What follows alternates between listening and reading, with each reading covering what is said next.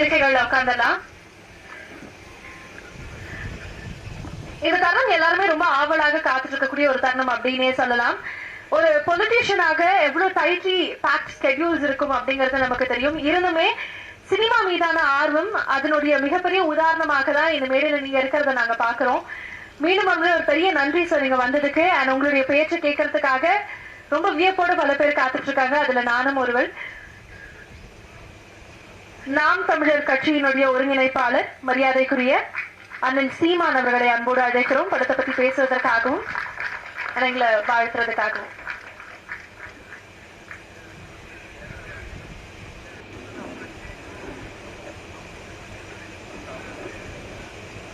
சரியா?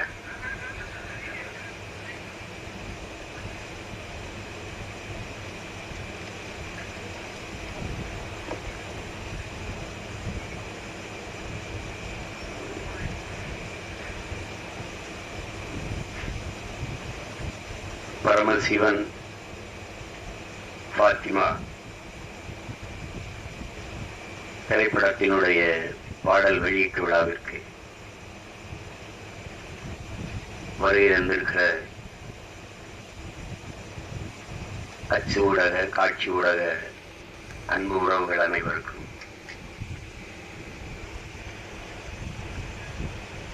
மேடையிலே அமர்ந்திருக்கிற பெருமக்கள், கலைஞர்கள், அரங்கை நிறைத்து அமர்ந்திருக்கிற என் அன்பு சொந்தங்கள் அனைவருக்கும் என்னுடைய அன்பும் வணக்கமும்.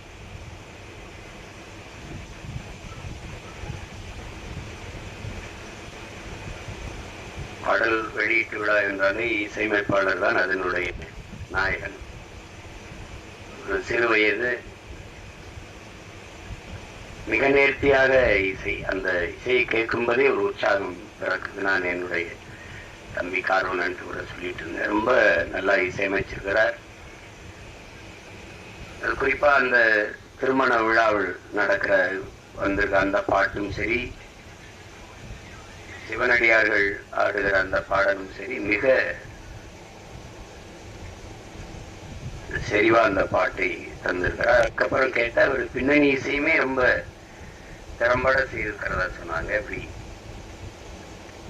ஒரு இளம் வயதில் இவ்வளவு திறமை மிக்க ஒரு இசைக்கலைஞரை பார்ப்பது ரொம்ப வியப்பாகவும் பெருமையாகவும் இருக்கு. தம்பி தீவன் சக்கரவர்த்திக்கு என்னுடைய அன்பும் வாழ்த்துக்களும்.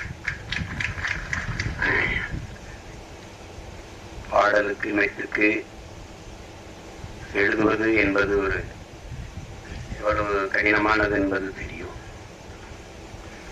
இதுல என்னுடைய தம்பி ஏகாதேசி ரொம்ப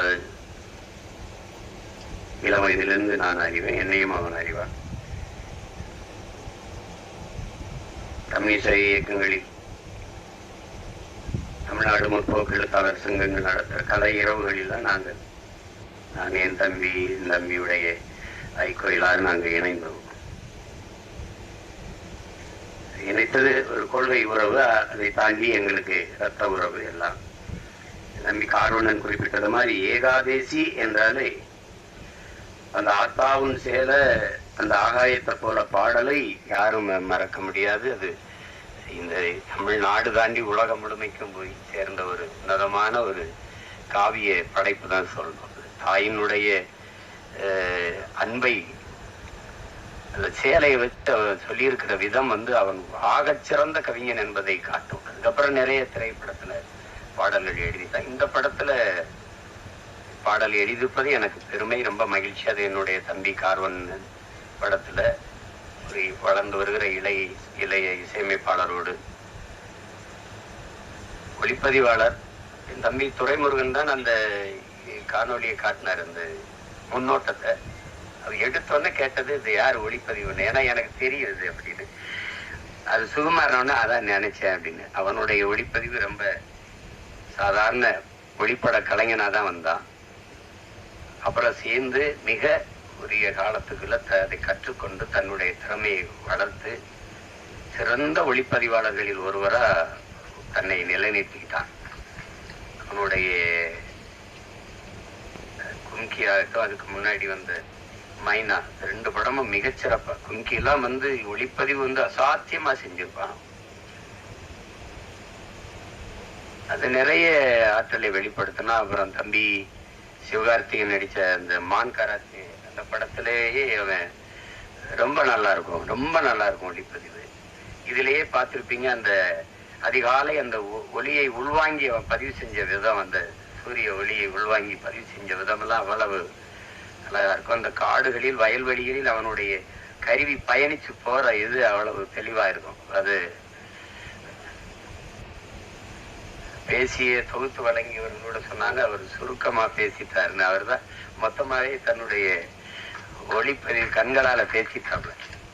என்னுடைய தம்பி என்பதுல எனக்கு ரொம்ப பெருமை. அவன் தம்பினா சும்மா தம்பி இல்ல, சொந்தமான தம்பி.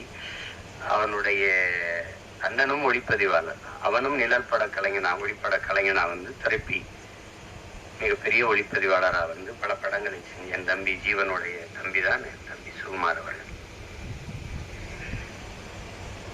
இதுல நடித்திருக்கிற கலைஞர்கள் என்னுடைய அண்ணன் மனோஜ்குமார் அவர்கள் மிகச்சிறந்த வெற்றி படங்களை. மண்ணுக்குள் வைரம்னா அவரே ஒரு மண்ணுக்குள் வைரம் தான்.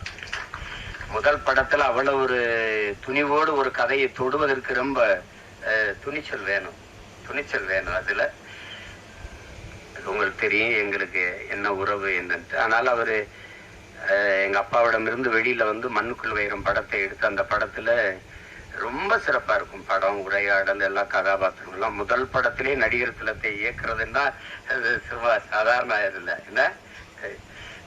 ஆமா, எங்க அப்பா என்ன பாடுபடுவாரு பசும்பொன்ல. முதல் மரியாதை எப்படின்னு தெரியாது, நான் தான் அதுக்கு எழுத்தாளர். என்ன சொன்னாலும் எங்க அப்பா வந்து உரையாடலை ஏத்துக்க மாட்டாங்கல்ல. 2 பேருக்கு ரொம்ப நேரம் சண்டை நடக்கும். அங்க நாற்காலியில எங்க ஐயா என்னையே பார்த்துப்பாரு. என் மேல ரொம்ப அன்பு. என்னதான் ஐயா பிரச்சனை உனக்கும் உங்க அப்பனுக்கும்? இல்லைங்க, நான் என்ன எழுதி கொடுத்தாலும் அதை வேணாம் வேணான்னு கிழிச்சு போட்டுறேன், தூர போட்டேன். என்ன நீ என்ன நினைக்கிற, நான் என்ன பேசணும்னு நினைக்கிறேன், எனக்கு தான் சொல்லு, நான் கேட்கல பேசிக்கிறேன். அவ சொல்லிடுவோம். காட்சி நடந்து பரவாயில்ல. இந்த இடத்துல எங்க ஐயா எங்க அப்பா என்ன பண்ணார், ஓகே அப்படின்ட்டு போயிடுவாங்க. ஏழை சொன்னோன்னே எங்க ஐயா அந்த வேட்டி எடுத்து தொடச்சிட்டு இப்படி தேடுவோம். அப்புறம் நான் அந்த கூட்டத்துல நிற்பேன், அப்படி பார்த்துட்டு ஓகே அப்படின்னு கேட்பாரு. ஏன்னா நீ சொன்னது வந்துச்சா அப்படின்னு. ஓகே அப்படின்னு ஒரு 2-3 தடவை இது நடந்துகிட்டு இருக்கு. எங்க அப்பா கவனிக்கல. ஒரு தடவை நம்ம ஓகே சொன்ன பிறகு வேற யார்கிட்ட ஓகே கேட்கிறாரு, யாரு அப்படின்னா அப்படி திரும்பி பார்த்தா கூட்டத்துல நானு உடனே சொல்லு, இங்க என்ன நடக்குது அப்படின்னு. நான் ஒரு பக்கம் ஓட, எங்க ஐயா ஒரு பக்கம் ஓடி தெரிச்சு. அவர் அது மாதிரி அவருக்கு அந்த பெரிய மேதையை வந்து முதல் படத்துல இயக்குறது என்பது சாதாரண ஒரு பெரிய வாய்ப்பு. மண்ணுக்குள் வைரம்னா வைரம் தான். அதுக்கப்புறம் எங்க அண்ணன் எவ்வளவு வணிக படங்கள் எடுத்துட்டாங்க, பெரிய வெற்றி படங்கள் எல்லாம் கொடுத்துட்டாங்க. இப்படிப்பட்ட ஒரு படைப்பாளி இதுல நடிச்சிருக்காங்க. அப்புறம் எங்க அண்ணன் தேனப்பன் எவ்வளவு பெரிய படங்களை தயாரிச்சாங்க. அவை தன்மையெல்லாம் அண்ணனுடைய தயாரிப்பு தான். இப்ப பார்த்தா எங்க அண்ணனை பாக்குறதுன்னா நம்ம படங்கள்ல பாத்துக்கிறது இது இருக்கு. இப்ப நடிக்க வந்துட்டாங்க. ஆனாலும் எங்க அண்ணனை வந்து அவரு குணத்திற்கும் அவர் படத்தில் நடிக்கிறது, வில்லனா நடிக்கிறாரு, சகிக்க முடியல. அண்ணன் வில்லனா எதுக்கு நடிக்கணும் அப்படின்ட்டு. அவ்வளவு நல்ல மனிதன். தேனப்பன் வந்து ஒரு சிறந்த தயாரிப்பாளர், சிறந்த நடிகர்களோட மிகச்சிறந்த நிர்வாகி. அதனாலதான் எங்க அண்ணன் கமலஹாசன் அவரை கூடவே வச்சிருந்தாப்ல. அப்படிப்பட்ட ஒரு திறமையான ஒரு மனிதர் எங்க அண்ணன் தேனப்பன் அவர்கள். அதுக்கப்புறம் எங்க ஐயா தொகுப்பாளர் சொன்னாங்க, உங்களுடைய தமிழ் ரொம்ப நல்லா இருக்கு அப்படின்னு. தமிழ் கடலின் மகன் வந்து தமிழ் பேசலைன்னா அப்புறம் என்ன இருக்குது சொல்லுங்க. எங்க அப்பா, நான் அப்பான்னு தான் சொல்லுவேன். அழைச்சா ஐயா ஐயா ஐயா நல்லா இருங்க, நல்லா இருங்க. என்னங்கய்யா அப்படின்னு. ஒண்ணும் இல்லை ஐயா, படிக்கணுமையா. வாழ்க தமிழுடன். எல்லாரும் நம்ம வணக்கம் ஹலோ அப்படிதான் அழைப்பு எடுப்போம். நான் அழைச்ச உடனே நான் தான் தெரிஞ்சிடும், வாழ்க தமிழுடன் சொல்லுங்கய்யா அப்படி பேசுவோம். அவ்வளவு ஒரு அன்பு. தமிழ் கடல்னா தமிழ் கடல் தான். ஒன்று சொல்றேன், நானே எங்க ஐயா மைனும் நான் தம்பி படம் இயக்குறேன். நாங்க எல்லாம் ஒன்னா பணி செய்யறோம். அதுல கவி பேரரசு முத்தமிழ் பேரறிஞர் ஐயா வைரமுத்துக்கிட்ட பாடல் வாங்க போற 2 பேரும் இல்லையா ஐயமான. அப்ப இங்க இருக்குது புரத்துல அங்கே போய் உட்காந்து பேசிக்கும் போது நான் அறிமுகப்படுத்துறேன் ஐயாவோட பையன் அப்படின்னு. உட்காருங்க உட்காருங்கன்னு பேசிட்டு ஐயா சொன்னது ஞாபகம் இருக்கு வைரமுத்து அவர்கள். தம்பி, கம்பன் கூட அவன் எழுதின காப்பியத்துல கொஞ்சம் வரிய மறந்தாலும் மறந்திருப்பான், ஆனா அப்பா மறந்திருக்க மாட்டாரு அப்படின்னு இல்லையா? அவ்வளவு பெரிய அறிஞன் அவரு. தமிழ் கடல்னா சும்மா இல்லை, அப்படி ஒரு பேரறிஞருடைய பெரிய தமிழ் பொக்கிஷனுடைய மகன் எங்களுடைய ஐயா மகன். எனக்கு எப்பவும் எங்க ஐயா மகன், அவருக்கு எப்பவும் நான் அராஜகம் தான். அதுக்கப்புறம் சொல்லணும் எங்க அண்ணன் MS பாஸ்கர் சொல்லி சீர்த்துக்கிருந்தான்.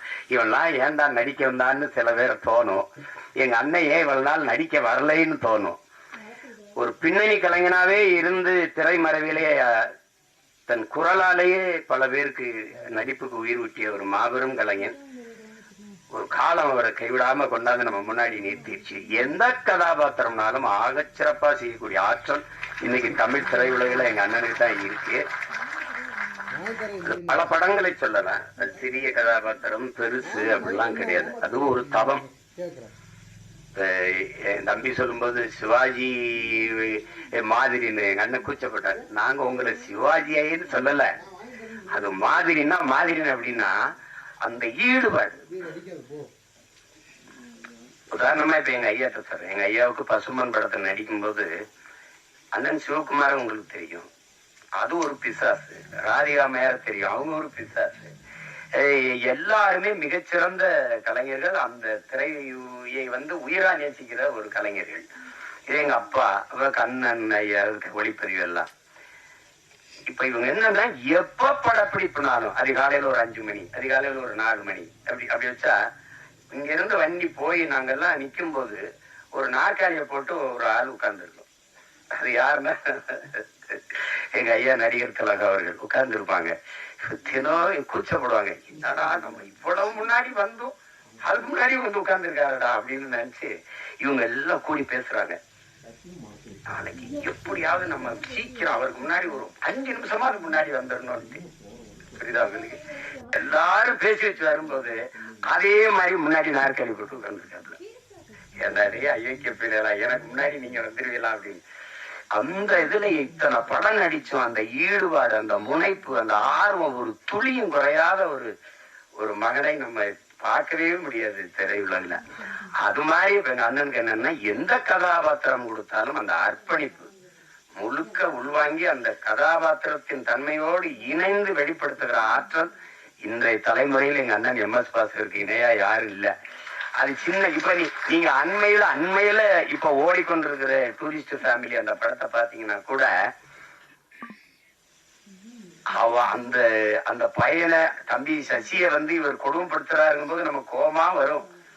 அவ நிக்கும் போது அவன் நான் கேரளா மலையாளின்னு சொன்னது இல்ல, நான் ஈழத்துல இலங்கையில இருந்து வந்திருக்கேன், ஈழ தமிழான சாவி தூக்கிட்டு வண்டிடு சேவ் பண்ண போகணும் அப்படிவாருல. அது இங்கிலீஷ் நடிகை. என்ன இங்கிலீஷ் நடிகை? எங்க அண்ணன் கருப்பா போயிட்டானே வழி, அவன் இங்கிலீஷ் நடிகனுக்கெல்லாம் பெரிய நடிகன், மிகப்பெரிய கலைஞன். அவனுக்கு ஒரு வாரம் வந்திருப்பாருங்க, தாத்தா காமராஜுக்கு குரல் பதிவு கொடுத்த கலைஞர். அது எவ்வளவு பெரிய இது, எப்படி சிலர் வருது இன்னும் எனக்கு நான் ஒரு தாய் குழந்தையோட ஐயா என் புருஷன் இப்படி போலீஸ் பிடிச்சிட்டு போயிடுச்சு. ஏன் பிடிச்சு போனா அவங்க சும்மா பிடிச்சிட்டு போயிருக்க மாட்டாங்களே, இல்ல சாராயம் வித்தான பாச்சா, சாராயம் வித்தானா ஐயா என் குடும்பம் அதுனா சேச்சே போப்போ. அதெல்லாம் கொலகார போய் கொலை பண்ணா அவனை மன்னிக்கலாம், ஒரு குடும்பம் தான் போகும். சாராயம் வச்சாத்தா ஊரே நாசமா போயிடும், போப்பா உடனே மன்னிக்க முடியாது அப்படிம்பாரு. அதெல்லாம் அது அந்த அவர் என்ன உடல் மொழியில நடிச்சாரோ அதே அளவுக்கு தன்னுடைய குரல் வளர்த்தால குரல் நடிப்புல போய் பொருத்தி பேசுறதுங்கிறது குரல் கலைஞர்கள்ங்கிறது சாதாரணம் கிடையாது. அப்படி எண்ணற்ற படங்களுக்கு உயிர் கொடுத்த மகன் இன்னைக்கு திரையில நம்ம பாக்குறோம். நானே எங்க ஐயா மேனும் பேசிக்கிட்டு இருந்தாலும் ஒரு 15-20 வருஷத்துக்கு முன்னாடி வந்திருக்க கூடாதா அப்படின்னு. அது அவ்வளவு பெரிய அற்புதமான ஒரு கலைஞன் MS பாஸ்கரன் தான். அவர் இந்த படத்துல நடிச்சிருக்கிறார். அது என் தம்பியோட ஏகத்தை என்கிட்ட கேட்கிறார், நீ ஏன்டா எனக்கு வாய்ப்பே கொடுக்கல, நான் படம் எடுக்கிற நிலைமையிலையானா இருக்கு. அதுக்கப்புறம் என்னுடைய தம்பி விமல், நாங்க அவனை கதாநாயகனா பாக்குறது இல்லை. எங்க குடும்பத்துல ஒரு இளைய தம்பி அவன். எங்களுக்கு எல்லாருக்கும் அப்படித்தான். அவன் மேல நாங்க எல்லாரும் பேரன்பு வச்சிருக்கோம். எங்க குடும்பங்கள் இருக்கிற எல்லா நிகழ்வுலையும் அவன் இருப்பான். அப்படி செல்ல தம்பி அவரு. அவனுடைய வெற்றி, அவனுடைய வளர்ச்சியில எங்களுக்கெல்லாம் பெரும் ஆர்வமும் பெரும் மகிழ்ச்சியும் இருக்கு. இன்னும் அவனுக்கு களவாணி மாதிரி படம் வரணும், இருந்தாலும் அவனுக்கு வாகை சுடவா மாதிரி படம் நிறைய வரணுங்கிறத என்னுடைய இது. அந்த படத்துல என் தம்பி சர்க்குணமும் இன்னும் அவனுக்கும் அந்த மாதிரி ஒரு படம் வரணும். என் தம்பி விமலுக்கும் அவ்வளவு சிறந்த ஒரு படம். அது பல விருதுகளை எல்லாம் வென்றது.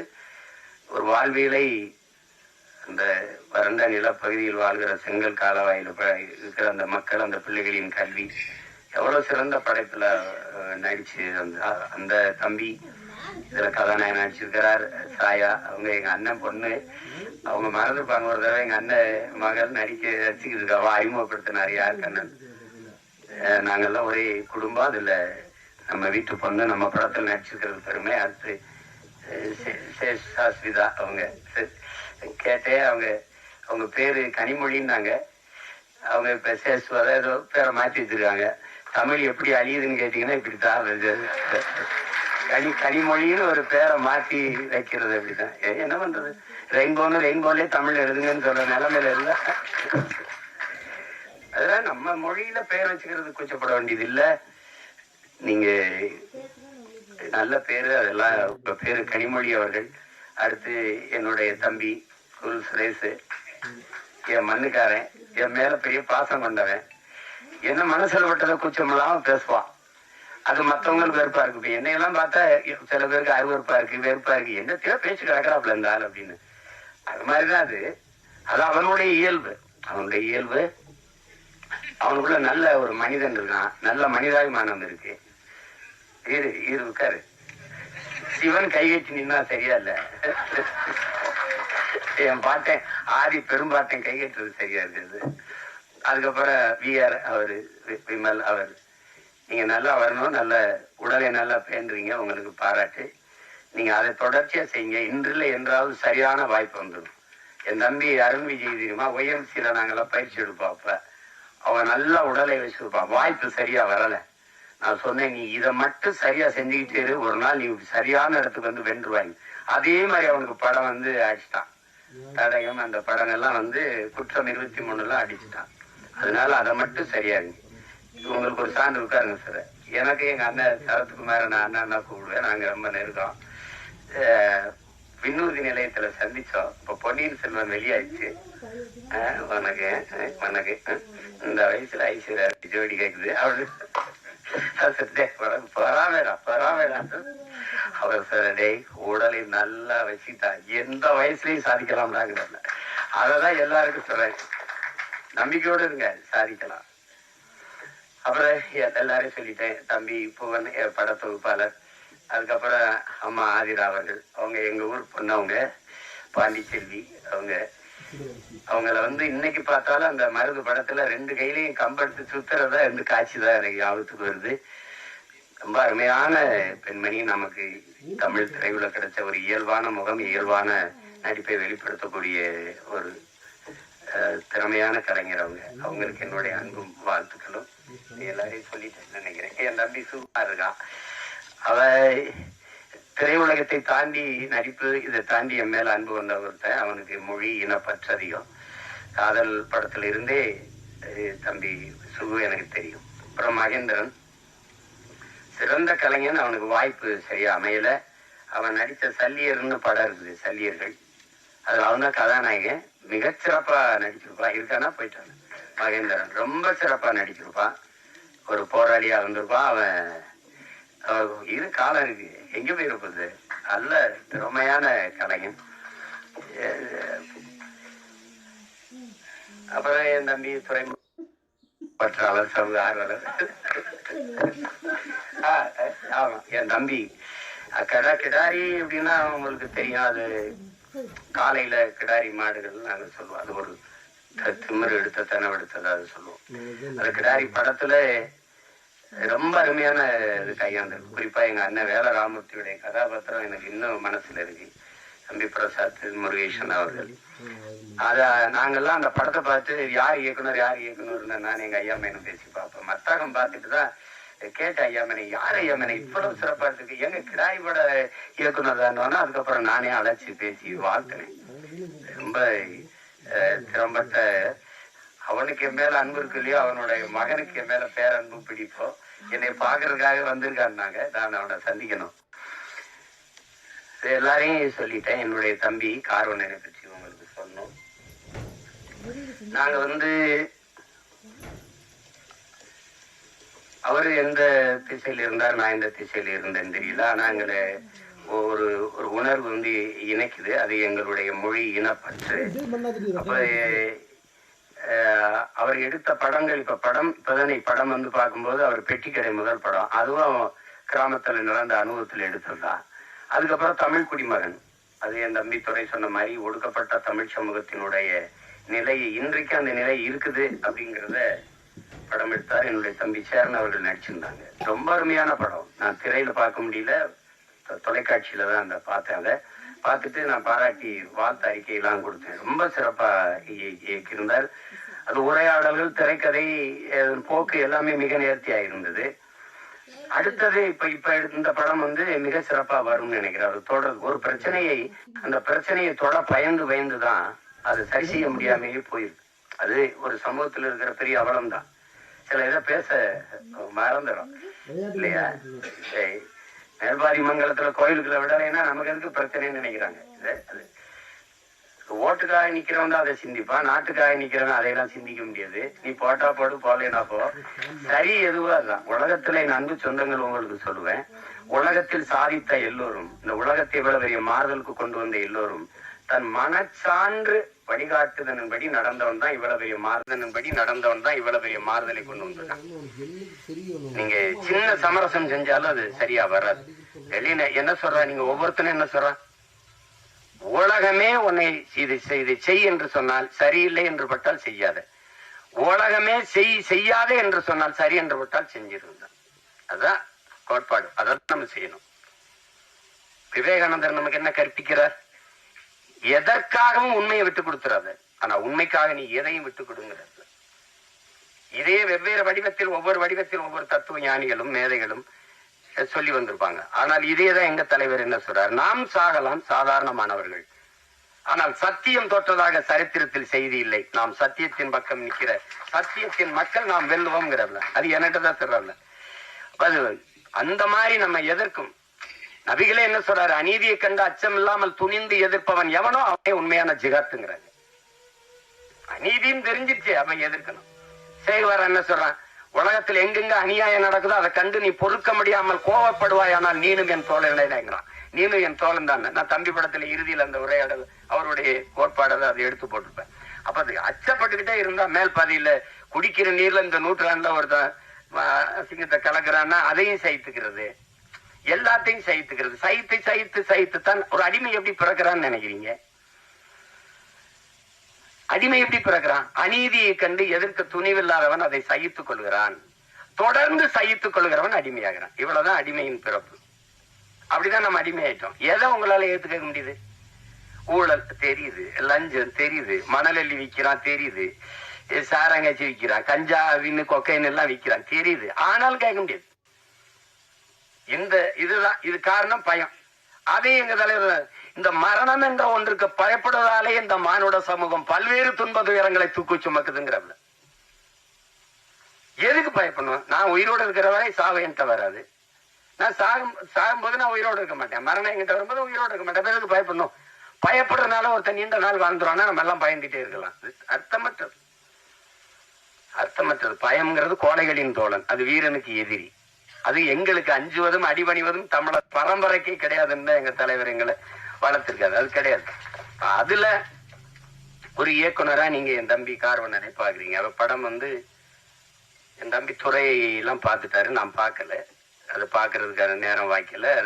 இந்த 3 பாடல்கள் அவர் எடுத்த முன்னோட்டம், அவர் சொல்லுகிற செய்தி, அதுலயே தெரியுது அவர் எதை தொட்டு எதை சொல்ல போறாரு அப்படின்னு. இங்க ஒண்ணு நீங்க கவனிங்க, மதம் மாறிக்கொள்ளக்கூடியது, ஆனா மொழியும் இனமும் மாறிக்கொள்ள முடியாது. அது அடிப்படையில நீங்க புரிஞ்சுக்கணும். மதத்தையும் தாண்டிய ஒரு புனிதம் இருக்கு, அதுதான் மனிதம். அதை யாரும் ஒரு தேடுவதும் இல்லை, போறதும் இல்லை. இஸ்லாமியருக்கு ஒரு உயிர், கிறிஸ்தவனுக்கு ஒரு உயிர், இந்துக்கு ஒரு உயிர் என்று கிடையாது. எல்லா உயிரும் யாரு மேல கீறினாலும் ரத்தம் ஒண்ணுதான். ஆக மொத்தம் இப்ப நீ நானும் 10 மாதம் நம்ம தாத்தா பட்டுக்கோட்டை பாடினது நினைவில் வச்சுக்கணும். இதுதான் நீங்க இருக்கிற பிரச்சனை. எல்லாருக்கும் எல்லா மதங்களையும் மனிதன் இருக்கு, எல்லா மதங்களையும் சிக்கல் இருக்குது. இதை கடந்து போய் இந்த உலகத்துல எல்லாரும் மனிதன் கொள்வதற்கு, இத்தனை உயிர் அழிப்பதற்கு எத்தனை விதமான ஆயுதங்களை கண்டுபிடிக்கிறான். ஆனா அந்த ஆயுதங்களை எல்லாம் வெல்கிற ஒரு ஆற்றல் அவன்கிட்ட இருக்கு. அதான் பேரன்பு. அந்த அன்பால எல்லா ஆயுதங்களையும் வீழ்த்த முடியும். அதுதான் இன்னைக்கு நீங்க உலகத்துல எவன் பாடுனா புதியதொரு உலகம் செய்யும் கெட்ட போரிடும் உலகத்தை வேரோடு சாய்ப்பவன் பண்ணது எந்த ஆத்தம் புரட்சி பாவலம் தான். அவனுடைய பேரனும் பேத்திகளும் கெட்ட போறனால வேரோட சாஞ்சிச்சு ஈழத்துல. அதானே அது சிக்கல். அந்த மாதிரி நேரத்துல இறுதி போர்க்கட்ட சூழல்ல என் தலைவன் இருந்து நான் வந்த பிறகு தொடர்ச்சியா பேசி சிறைப்படுத்தப்பட்டேன். யாருமே எனக்கு நெருங்க பயந்தாங்க. 1 ஆண்டுகளுக்கு மேல சிறையிலே இருந்துட்டேன். அப்ப அந்த நேரத்துல ரொம்ப சோர்வு. அப்ப என்னை தேடி ஒருத்தர் படம் எடுக்கணும்னு வர்றாருல, ஒருத்தர் வர்றாரு. வந்தவரு அவர் அதுக்கு முன்னாடி 2 படம் எடுத்துக்காரு. என்னோட படம் எடுக்கணும்னு சொன்ன அந்த மனநிலையில படம் எடுக்கல. ஆனா என்னோட வந்தது அவர் ஆறுதலா இருந்தது. அப்ப பேசும்போது அது காரணம் அவர் சொன்னார் மாதிரி நான் கத்தி கதை வெடிச்சு இந்த உதாரணமா இந்த படுகொலை எப்ப பேசி சிறைப்பட்டோம் கவனிச்சிருக்காரு. ஒருத்தர் பேசிருக்காருன்னா அந்த ஈர்ப்பு அவர் திருநெல்வேலி இருக்காரு, நான் சிவகங்கையில இருக்கேன். எங்க 2 பேரையும் ஒரு இடத்துல சேர்த்த பிறகு இந்த படத்துக்கு இந்த இதுக்கு சம்பந்தம் இல்லை, இந்த பாடல்கள் சம்பந்தம் இல்லை. ஆனாலும் நீங்க தெரிஞ்சுக்கணும், ஒருத்தருக்கு இந்த பாடல்களுக்கு சம்பந்தம் இருக்கு. விழி மூடி மறைந்தாலும் முத்துக்குமரா எங்கள் மனதோடு நிறைந்தாயே முத்துக்குமரா, தாய் அன்போடு தனையேந்த முத்துக்குமரா, உன் பெரும் தியாகம் மறவோமே பச்சை தமிழா, நீ விழி மூடி மறைந்தாலும் முத்துக்குமரா,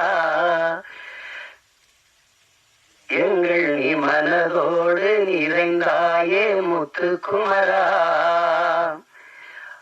பகைமையும் துரோகமும் தாய் மண்ணை சூழ பாவிகள் கூட்டமோ நம்மை ஆள, எரிமலையாயளவே மறந்திங்கு போக, எரி பொறியில் எலியாய் தமிழனும் நோக, மனம் பொறுக்காமல் சென்னரு பாரே உனை தீண்டியே எம் உணர்வையே எரிய வைத்தாய். இந்த பாட்டு பாருங்க. விழி மூடி மறைந்தாலும் முத்துக்குமரா எங்கள் மனதோடு நிறைந்தாயே முத்துக்குமரா.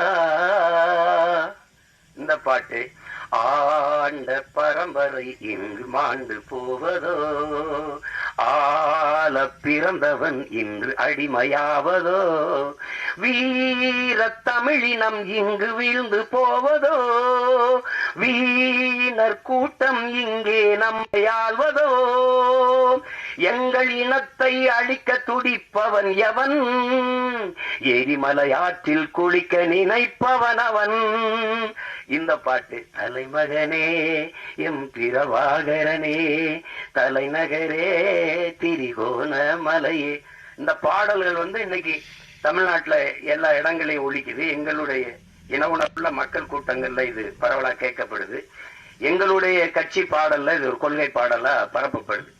இந்த பாட்டை 2010ஆம் ஆண்டு தயாரிச்சு நாங்க செய்யறோம். இதை தம்பி இசைவேந்தன் ஒரு தம்பி எழுதின பாட்டை என்னுடைய அன்பு மைத்தினர் கவிதாஞ்சனை வச்சு இந்த பாடல்களை பதிவு செஞ்சோம். அதுக்கு அன்றைக்கே 10 லட்சம் ரூபாயை செலவழிச்சு இந்த பாட்டை பதிவு செய்து கொடுத்த தம்பி தான் என்னுடைய ஆர்வீர் தம்பி கார்வண்ணன் அவர்கள். அவனுக்கு இந்த மொழி மீதும் இனத்தின் மீதும் இருக்கிற பற்றுக்கு இதுவே உங்களுக்கு ஒரு சான்று. நாங்க 2 பேரும் இணைந்தோம் அப்படின்னா மொழி அழிந்தால் இனம் அழிந்து விடுவோம். தமிழ் இல்லைனால் தமிழர் இல்லை, தமிழர் என்ற இனம் இல்லைன்னா நாடு இல்லை, எவ்வளவுதான். இங்க எல்லாரும் தமிழ் தேசிய அரசியல் ஒரு தீண்டத்தகாத வார்த்தை போலவும் வேற்றுக்கிற சொல் போலவும் மொழி காக்க இனம் காக்க, மண் காக்க, மண்ணின் வளம் காக்க, மண்ணின் மக்களின் நலம் காக்க, அந்த மக்களின் மானம் காக்க ஒரு அரசியல் இருக்கு. அந்த அரசியல் தான் தமிழ் தேச அரசியல். இதெல்லாம் தேவையில்லைன்னா இது தேவையில்லை. அதான் சொல்றாங்க, இது தேவை. எங்கள் முன்னவர்கள் கே.பி. விஸ்வநாதனோ, அண்ணல் தங்கவோ, மறைமலையடிகளோ, அல்லது சிவானந்தமோ, சிங்காரவேலரோ, ரெட்டமலை சீனிவாசனோ, ஐத்தியாச பண்டிதோ, மாப்போசியோ, சீபா ஆதித்தனாரோ வரும்போது அவருடைய பேரன் சீமா நிக்கிற புறச்சுழல் இல்ல.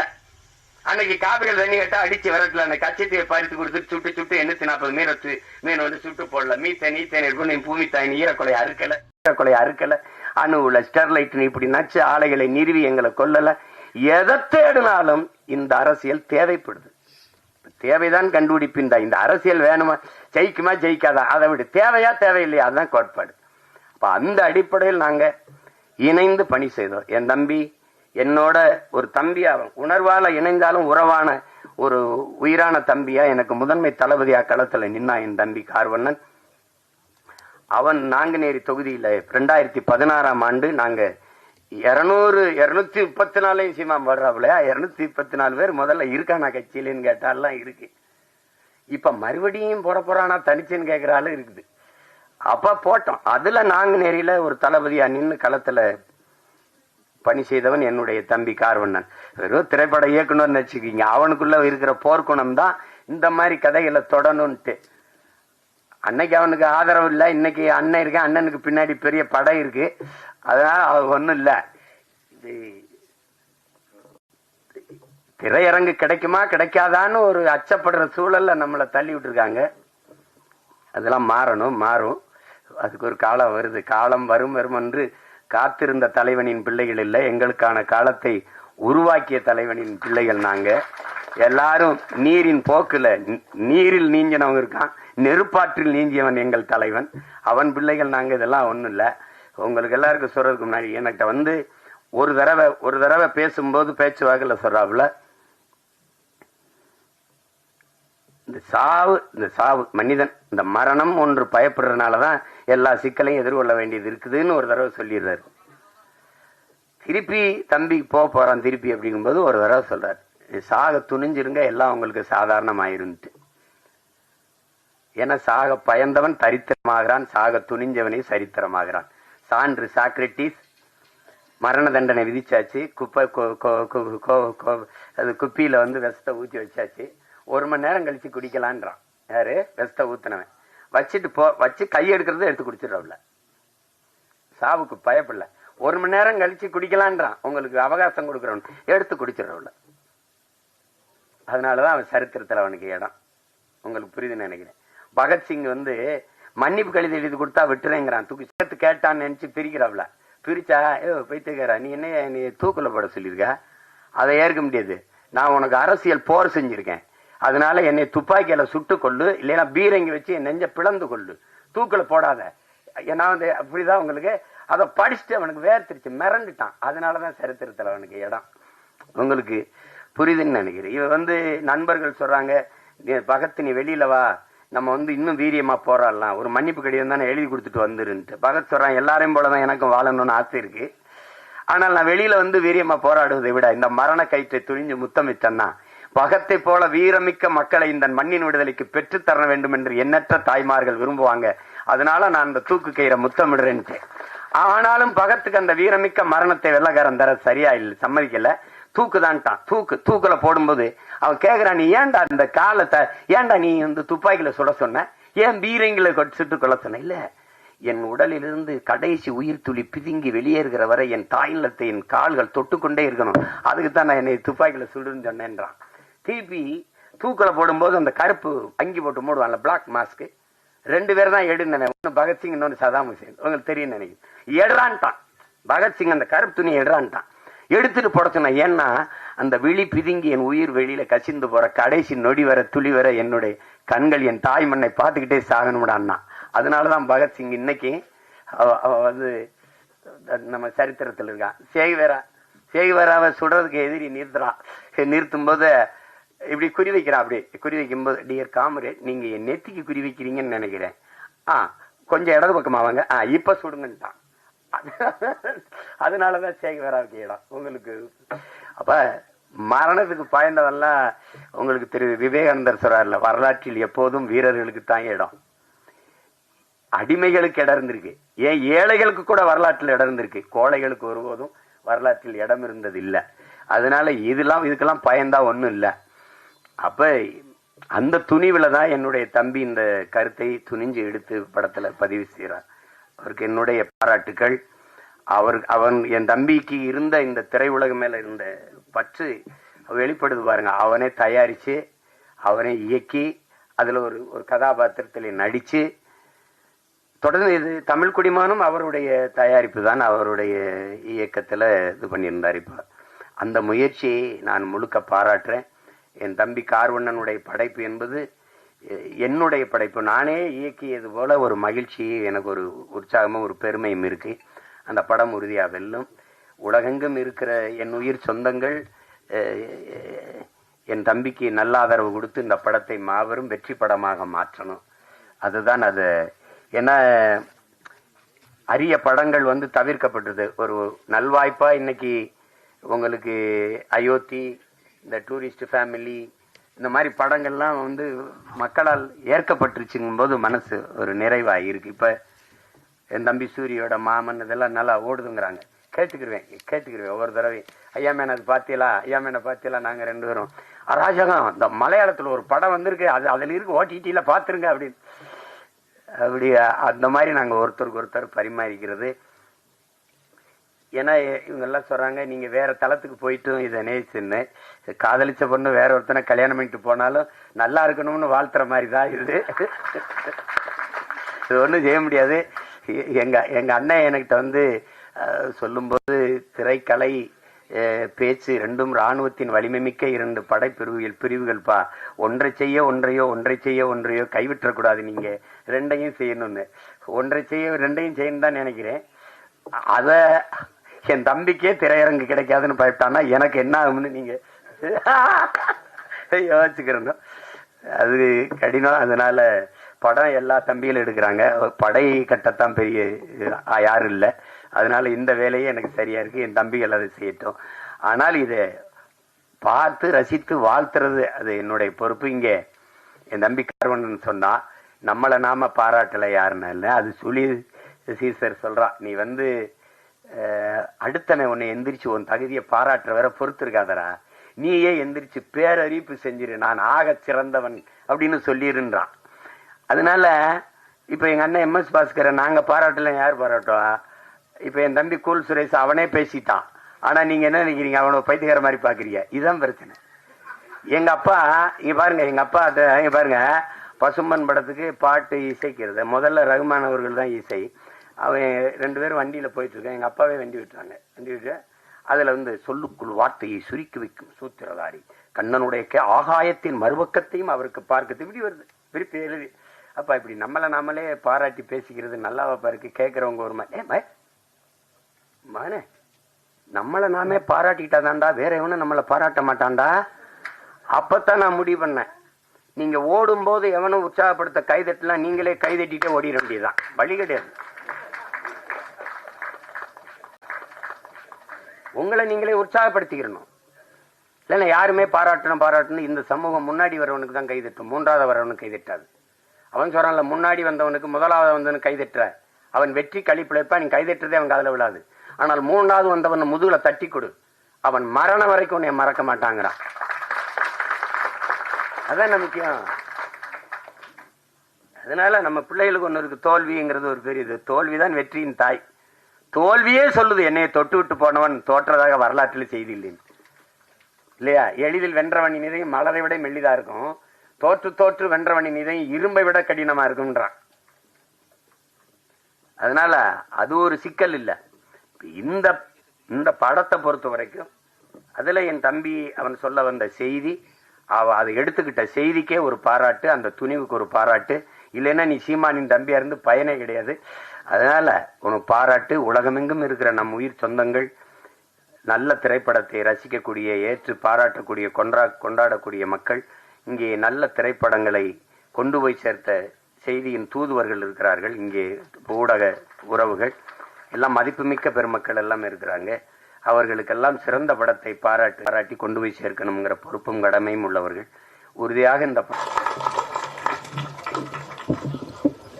நன்றி சார், தேங்க்யூ சோ மச். நீங்க எல்லாருமே கிளம்பு. ஓகே, நன்றி, தேங்க்யூ சோ மச். இவ்வளவு நேரம் எங்களுக்காக ஓகே, நன்றி, தேங்க்யூ சோ மச். இவ்வளவு நேரம் எங்களுக்காக இருந்ததுக்கு ஒரு பெரிய பெரிய நன்றி. உங்களுடைய பேஷன்ஸுக்கும் உங்களுடைய சப்போர்ட்டுக்கும். இதே மாதிரி பரமசிவன் ஃபாத்திமா ஜூன் 6ஆம் தேதி திரையரங்குகள்ல வருது. உங்களுடைய ஆதரவை நோக்கி மீண்டும் இங்க வந்திருக்கக்கூடிய காஸ்ட் அண்ட் குரூக்கு ஒரு பெரிய வாழ்த்துக்கள். Thank you so much.